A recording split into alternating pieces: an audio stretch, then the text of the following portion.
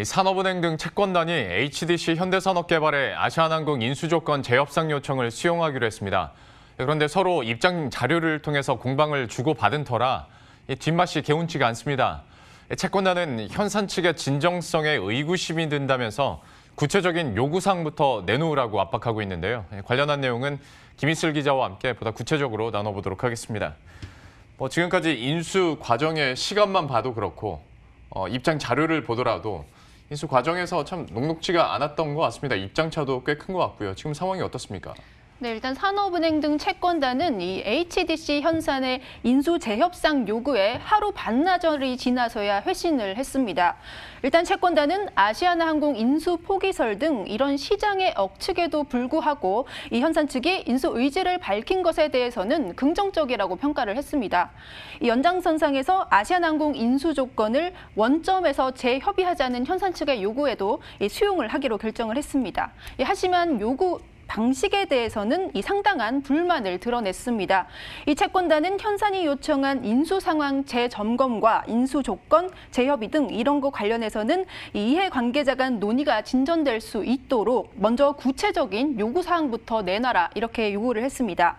현산이 오는 27일까지 인수 의사를 밝히지 않으면 이 계약을 연장할 수 없다는 취지의 채권단 내용 증명을 받은 뒤에 인수를 재협의하자고 채권단에 넘겼던 공을 맞받아친 셈입니다.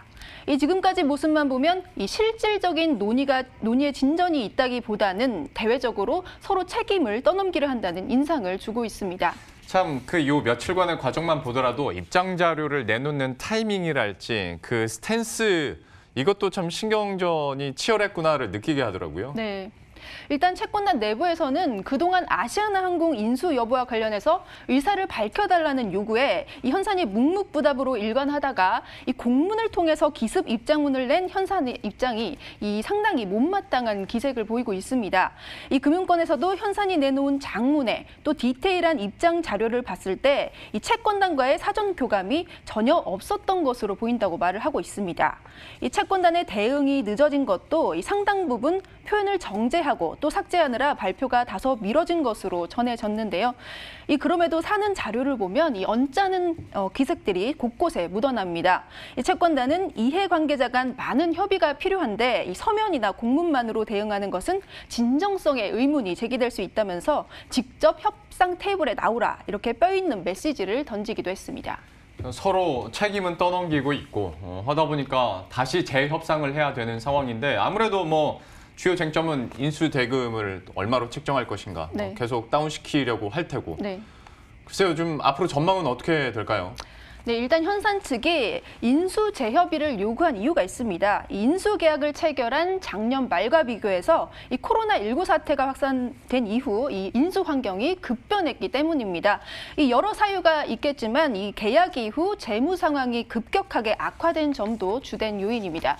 이 현산에 따르면 아시아나항공은 계약 체결 당시와 비교해서 부채가 5개월 새에 4조 5천억 원이 늘고 올 1분기 말 부채 비율이 계약 당시와 비교해서 16,126% 급증했습니다.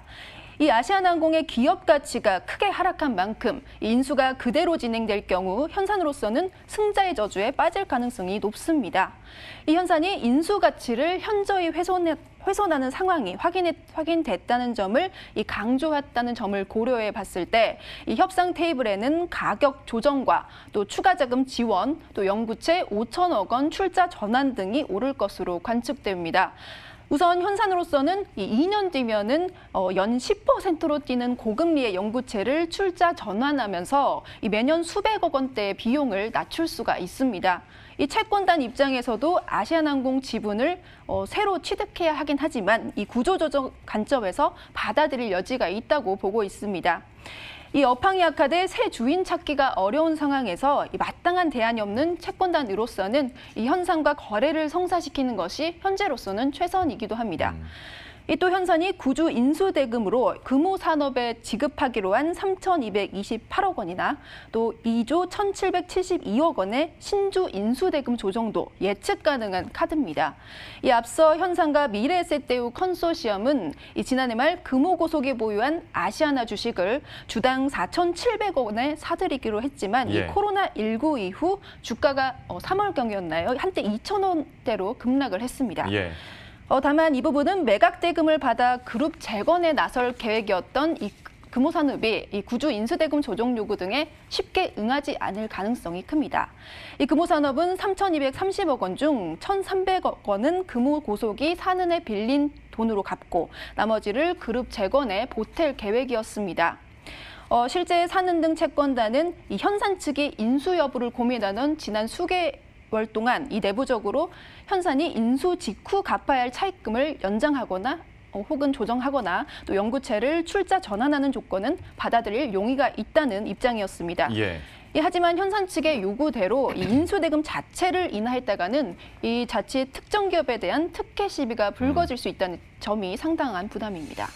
사실 생각해보면 코로나 사태 이전에도 아시아나항공이 갖고 있는 그 부채 때문에 좀 이미 인수를 하는 사람 입장에서는 뭐 부담이다라는 얘기는 많이 했었고 그래서 그때 당시에 신주와 구주 비율 맞추는데도 상당한 공방이 있었지 않습니까? 그런데 코로나19 사태 때문에 또 상황이 더 악화되다 보니까 뭐 양측의 입장은 알겠는데 계속 이렇게 평행선만 달리다 보면 최악의 경우 계약이 파기된달지 뭐 그럴 수도 있지 않겠나라는 생각도 들고 하다 보면 이제 또 각자 입장에서 대비는 해야 될 것 같은데 지금 출구 전략으로는 어떤 게 나옵니까?